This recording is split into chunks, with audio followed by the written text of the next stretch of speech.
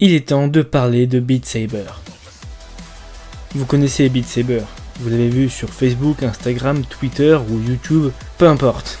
Étant possesseur d'un casque VR, tout le monde me demandait si j'y jouais jusqu'au jour où j'ai acheté ce jeu qui refuse d'être en solde. Même si quelques secondes permettent de voir que le gameplay est à la fois basique et génial, j'étais sceptique et il a fallu attendre qu'une communauté se forme et débloque plus que le potentiel initial du jeu pour que je craque enfin. Dans cette vidéo, on va essayer de décomposer Beat Saber, voir ce qui fait sa force, ses faiblesses, étudier son design et son impact dans le jeu vidéo et plus particulièrement le jeu VR.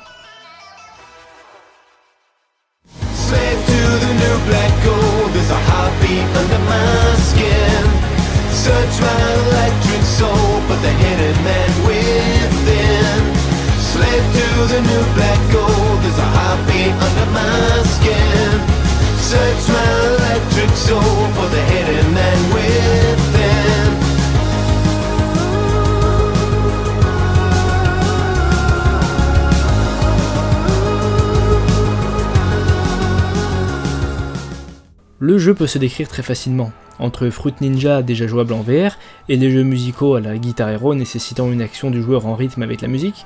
Ici il s'agira de découper des cubes bicolores dans la bonne direction et au bon moment, avec la bonne main munie de sabre laser, le tout en évitant des obstacles. Bien entendu, il y a plusieurs niveaux de difficulté, celles-ci pouvant agir sur plusieurs paramètres, le nombre de cubes, leur fréquence, leur position et orientation, et donc les mouvements à effectuer pouvant être enchevêtrés par des obstacles. Je me donne en quelque sorte le défi de partir d'un concept aussi simple que briser des cubes et de le creuser au maximum pour en ressortir le génie, et ceci est notamment rendu possible par la communauté. A l'origine, le jeu est développé par un petit groupe de personnes, un studio tchèque composé de 2 lead développeurs, 3 programmeurs, un level designer, un compositeur responsable des 10 musiques disponibles au lancement, qui est également directeur du studio, 3 conseillers et une responsable marketing qui est probablement responsable du succès du jeu. Parce que typiquement ce genre de petit jeu indé a percé essentiellement grâce à une promo peu timide et une sortie sur PSVR qui donne tout de suite de la visibilité à un titre indépendant. Car en effet, Beat Saber s'inscrit dans cette lignée de petits jeux VR indépendants qui reprennent des notions de jeux arcade devenant d'excellents party games et dont la jouabilité simple permet une popularisation rapide. Tu peux facilement demander à un novice de taper sur des blocs, là où les autres jeux musicaux demandent souvent une phase d'apprentissage. A partir de maintenant, je vais devoir quasiment exclure les joueurs PS4, parce que Beat Saber, en tant que jeu VR, est avant tout un jeu PC, pas par élitisme, mais tout simplement parce que la VR est encore dans sa phase initiale.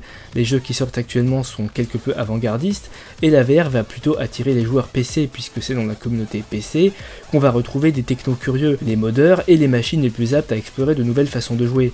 Et pour le cas de Beat Saber, de nouvelles façons de partager, puisque ce jeu est un des jeux ayant démocratisé les vidéos en réalité augmentée, nécessitant des logiciels tiers, une pièce verte et des performances assez dingues. Un setup que j'ai préféré éviter, ce qui signifie que dans cette vidéo vous me verrez essentiellement jouer en première personne, avec néanmoins des caméras modifiées pour un point de vue en troisième personne, un meilleur angle de vue et un résultat moins vomitif que la sortie brute. Donc assez rapidement, on s'est retrouvé avec des modeurs qui ont mis à disposition des outils pour créer des niveaux, mais aussi d'autres sabres, des avatars, des modificateurs de gameplay, un mode multi par exemple, mais je vais essentiellement m'intéresser ici au level design. J'ai moi-même commencé à éditer des niveaux, ce qui signifie auparavant tenter de comprendre la philosophie de jeu pour essayer de ne pas faire n'importe quoi. Des jeux qui utilisent la musique comme base pour le level design, il y en a plusieurs. Si j'ai déjà parlé d'AudioSurf, qui utilisait une génération automatique dépendante du volume sonore, de la rythmique et du nombre de notes, ici il faut passer par la case composition. Il va falloir transmettre quelque chose au joueur, et plusieurs éléments vont entrer en scène. Le nombre de blocs et leur distance va influencer sur l'amplitude des mouvements et la vitesse à adopter, les murs et les obstacles vont jouer sur la confusion, augmenter l'effort physique, et la gestion des lumières va jouer sur l'ambiance visuelle. Comme tout jeu musical, même si celui-ci se repose avant tout sur le scoring, et bien lorsqu'on est curieux, on va constamment vouloir tester des musiques différentes pour voir ce que ça donne. Et le jeu marque une rupture par rapport aux autres jeux de la catégorie qui souvent utilisent cette mécanique pour faire des partenariats et vendre des niveaux payants. Une des raisons qui m'a poussé à faire cette vidéo est notamment une des dernières mises à jour qui apporte un mode campagne, apporte des packs de chansons gratuites, mais aussi payantes et a contribué à la disparition de pas mal de mods. Et je ne crois pas que ce soit involontaire lorsqu'une mention très précise dans les conditions générales d'utilisation vient confirmer l'interdiction d'altération du jeu. J'ai trouvé cette action très surprenante de la part des développeurs car, à mon humble avis, les joueurs PC de Beat Saber sont là pour cette possibilité. Que le jeu soit rentable en tant que service, c'est très bien, mais je suis sûr que les développeurs sont conscients de la popularité de leur jeu grâce au potentiel des mods, et que limite, ça leur fait des travailleurs gratuits. Que le partage des musiques soit légal ou non ne devrait pas en réalité les toucher. Et en fait c'est compliqué car on l'a vu avec Guitar Hero, auquel on pouvait aussi rajouter des custom songs pour ceux qui creusaient un peu. Si un logiciel a besoin d'une musique pour fonctionner, il lui faut bien entendu les droits d'exploitation de cette musique. Mais alors comment ça se fait qu'AudioSurf n'ait aucun problème ? Donc je pense qu'en fait c'est une question de réputation, c'est parce que le jeu devient connu via des musiques éditées par la communauté que des ayants droit ont pu se manifester. Néanmoins, je ne connais pas la réelle position des développeurs sur le sujet, et le fait qu'ils aient laissé la possibilité sur Steam de fixer le jeu en bêta 0.12 suggère une forme de tolérance vis-à-vis de l'utilisation des mods par les joueurs sur Steam.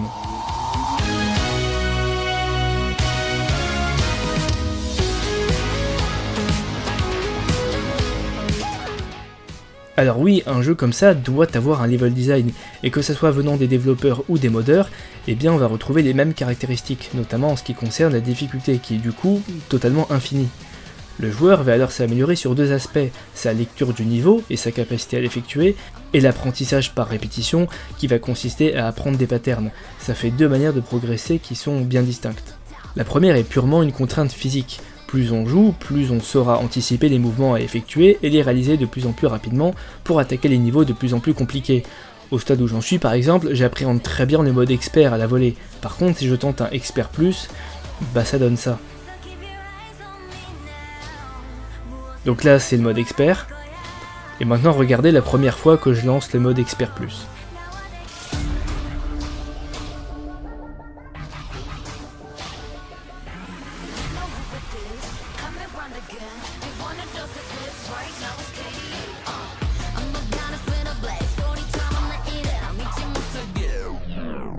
Oui, parce que le principe c'est qu'il y a une barre d'énergie qui se remplit tant qu'on découpe les cubes et qui se vide quand on en loupe.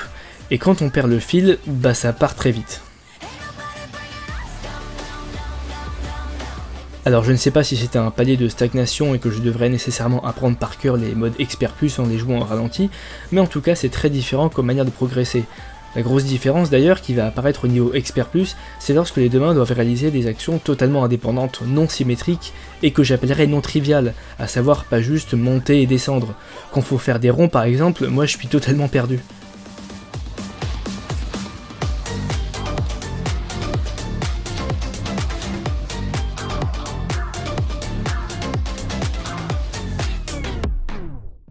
Un peu comme un pianiste talentueux qui est capable de déchiffrer une partition du premier coup, là où le novice a la capacité de jouer, mais doit pour cela décomposer les deux mains et apprendre extrait par extrait avant de tout assembler et jouer correctement. Parce que oui, jouer à Beat Saber sur une musique, c'est en quelque sorte jouer à une interprétation de la musique, en fonction du choix du développeur. Mais ça, c'est commun aux autres jeux musicaux. On va alors pouvoir juger ce level design sur plusieurs critères. Le placement des blocs et leur orientation va influencer les gestes à effectuer, ainsi la chorégraphie induite par le placement des blocs peut être décrite sur des critères de fluidité, être plus ou moins difficile à effectuer, et elle va surtout devoir transmettre une des émotions que nous étudierons dans la partie suivante. Un bon level design évitera ce qui peut nuire aux joueurs, notamment en prenant en compte les petites pièces, mais aussi éviter de faire quelque chose de trop répétitif, tout en faisant preuve d'originalité. Aussi, pour que les patterns soient reconnaissables, il faudra utiliser des outils de copie et de miroir pour que les joueurs aient l'impression de comprendre la logique du niveau pendant qu'ils le jouent. Vient aussi la lisibilité qui est très importante et qui dépend à la fois du placement des cubes, car ils peuvent être cachés les uns derrière les autres, mais aussi des obstacles. Aussi, cette lisibilité dépend de la capacité du joueur. A titre personnel, comme j'ai dit, je n'ai pas encore la capacité de jouer en temps réel sur certains niveaux Expert+, qui a d'ailleurs nécessité une mise à jour SteamVR pour un rafraîchissement plus rapide des caméras infrarouges, tellement les mouvements peuvent être rapides.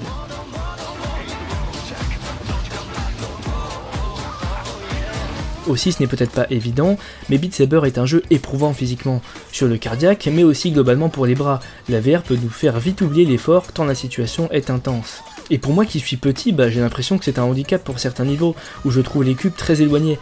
Et typiquement, il y a des musiques que j'adore, mais qui m'épuisent.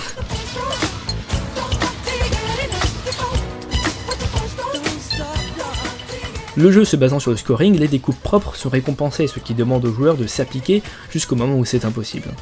Le mode campagne disponible depuis la dernière mise à jour va d'ailleurs apporter des contraintes qui permettent de s'améliorer progressivement. Concernant les niveaux de la communauté, ce sont les modeurs qui vont définir la difficulté, et en général j'ai trouvé que c'était plutôt bien jaugé, mais comme les bons niveaux sont normalement faits par des bons joueurs, on tourne autour du mode expert.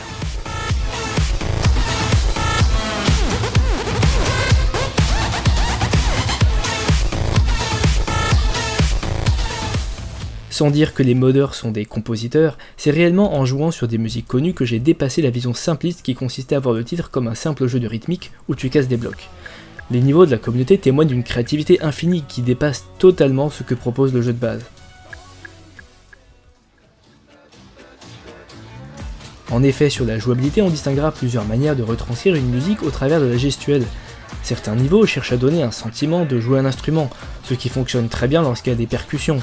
C'est un feedback hyper évident, et associé au sound design du bruit d'explosion des cubes, le gameplay peut même servir à recouvrir une musique, faire une cover d'une musique originale, qui donne au joueur la sensation de créer le son, un peu comme le faisait Thumper. D'autres vont chercher la danse. L'idée sera de reprendre une chorégraphie vue dans le clip ou dans un film, et essayer de placer les blocs dans cet objectif. Certains exemples sont plus évidents que d'autres, et ceux-là vont demander en plus une phase d'interprétation de la part du joueur, parce que le but c'est quand même de s'amuser. C'est notamment en exagérant les mouvements qu'on va augmenter l'effort physique et essayer de se donner du style.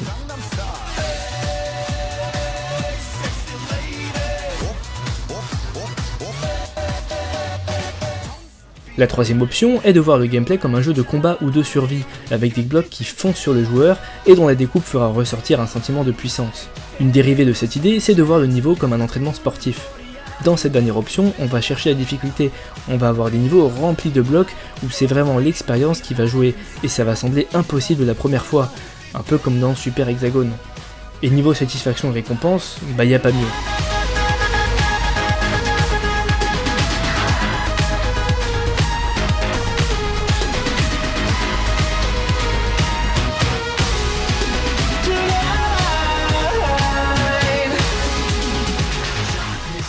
Enfin, le level design, c'est comme dans tout jeu, l'environnement, et là on sera ravi de la base proposée par Beat Games. On n'y pense pas non plus au premier abord, mais les effets de lumière jouent un rôle très important. Que ça soit pour une soirée ou en jouant tout seul, les effets de lumière vont jouer sur la lisibilité, peuvent accompagner le placement des cubes dans la recherche d'une ambiance qui colle au texte, comme cet extrait de Thriller, où on aveugle le joueur pour correspondre aux paroles.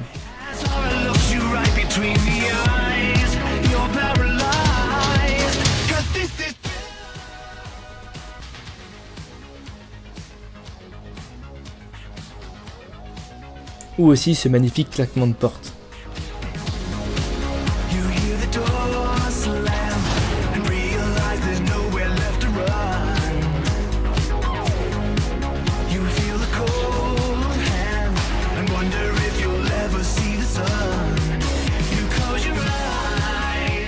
C'est ainsi que rien que sur le design lumineux, le level designer ou le modeur peut donner un ton à son niveau.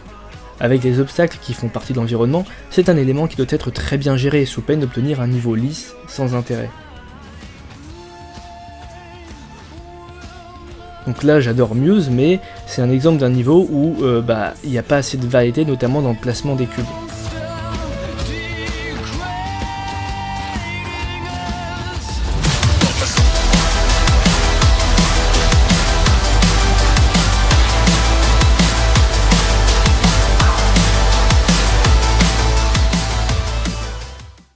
Et voilà pourquoi Beat Saber est une perle. Son game design est prenant parce qu'il permet un level design créatif.